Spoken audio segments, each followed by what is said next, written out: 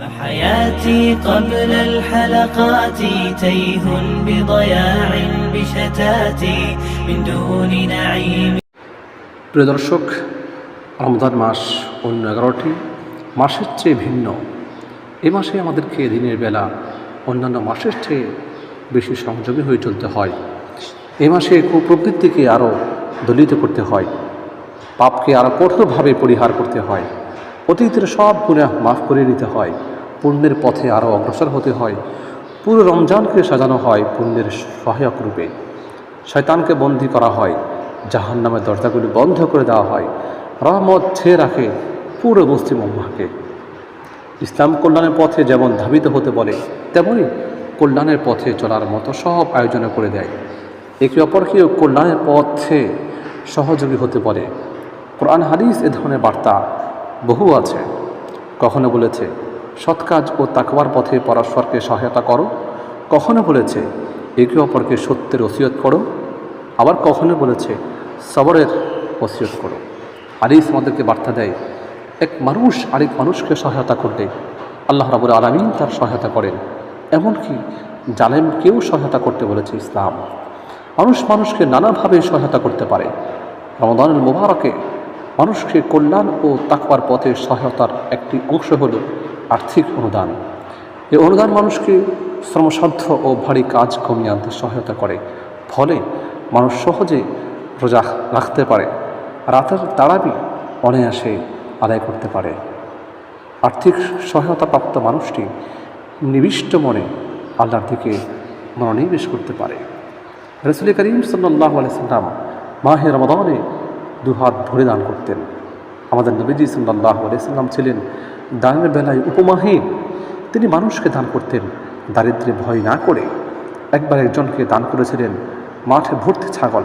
এত বড় অনুদান পেয়ে লোকটি নিজ গোত্রের কাছে ফিরে বলেছিলেন, তোমরা মুহাম্মদের দিনকে অনুসরণ করো, তার দিনের উপরে ঈমান আনো।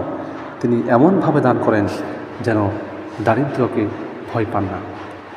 রাসূল করিম সাল্লাল্লাহু আলাইহি সাল্লাম দানকে মনে করতেন স্থায়ী সম্পদ।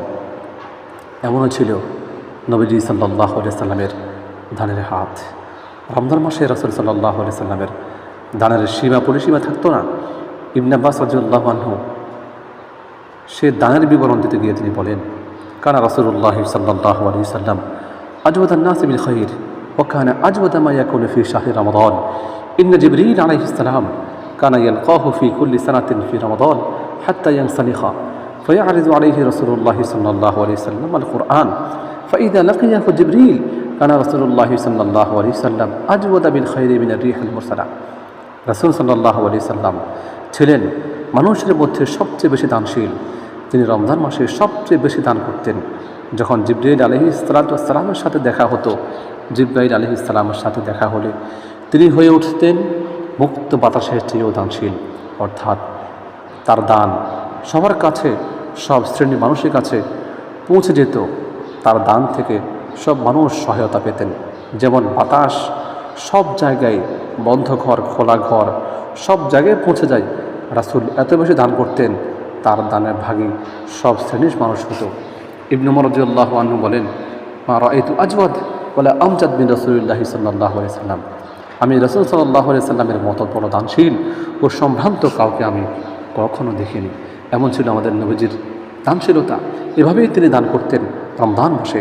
আল্লাহ তাআলা রাসূল সাল্লাল্লাহু আলাইহি সাল্লামকে কোরআনুল কারীমে আমাদের জন্য আদর্শ ও অনুসরণীয় বলে আখ্যায়িত বলেছেন, যারা আল্লাহ ও আখিরাতের প্রত্যাশা করে তারা নবীজিকে আদর্শ মানে, তাকে অনুসরণ করে। অনেক মানুষই অর্থের অভাবে সাহারি ইফতারে ভালো খাবারের ব্যবস্থা করতে পারে না। আমার মনোযোগ ওদের সাহারি ইফতার সহজ ও স্বাস্থ্যকর করে তুলতে পারে। এইভাবে আমরা খেয়াল করলে রমজানের বরকত সব শ্রেণীর পেশার মানুষকে ছুঁয়ে যাবে। সহমর্মিতার মাসে সত্যিকার অর্থে সহমর্মী সমাজ গড়ে উঠবে। রমজানের মতো মহিমাময় মাসে, রমজানের স্নিগ্ধ দিনগুলোতে, প্রশান্ত রাতগুলোতে আমরা যেন আল্লাহ রাব্বুল আলামিনের আরও কাছাকাছি যেতে পারি। দান সদকা ও মানব সেবার মাধ্যমে আশপাশের মানুষের রমজানগুলোকেও যেন আরও সুন্দর করে তুলতে পারি। আল্লাহ তাআলা আমাদেরকে সেই তৌফিক দান করেন। দান সদকা করলে অনেকগুলো উপকার, এর মধ্য থেকে অন্যতম উপকার হলো আল্লাহ রাব্বুল আলামিন যে ব্যক্তি বেশি বেশি দান করবে তার রিজিকের মধ্যে বারাকা দান করবেন। আর একটা উপকার হলো যে ব্যক্তি বেশি বেশি দান করবে আল্লাহ তার জীবনের বিপদ আপদ দূর করে দিবেন। আর একটা উপকার হলো যে বেশি দান করবে তার সম্পদকে আল্লাহ তাআলা আরও বেশি বৃদ্ধি করে দিবেন। আসুন আমরা মাহে রমজান মুবারকে বেশি বেশি দান করার চেষ্টা করি, দুহাত ভরে দান করার চেষ্টা করি। রাসূল করিম সাল্লাল্লাহু আলাইহি সাল্লাম পুরো বছর তো দান করতেন, কিন্তু মাহে রমজানে তার দানের পরিমাণ পুরো বছরের চেয়েও অনেক বেশি বেড়ে যেত। আসুন আমরাও মাহে রমজানে বেশি বেশি গরিব দুঃখী মানুষকে দান করার চেষ্টা করি।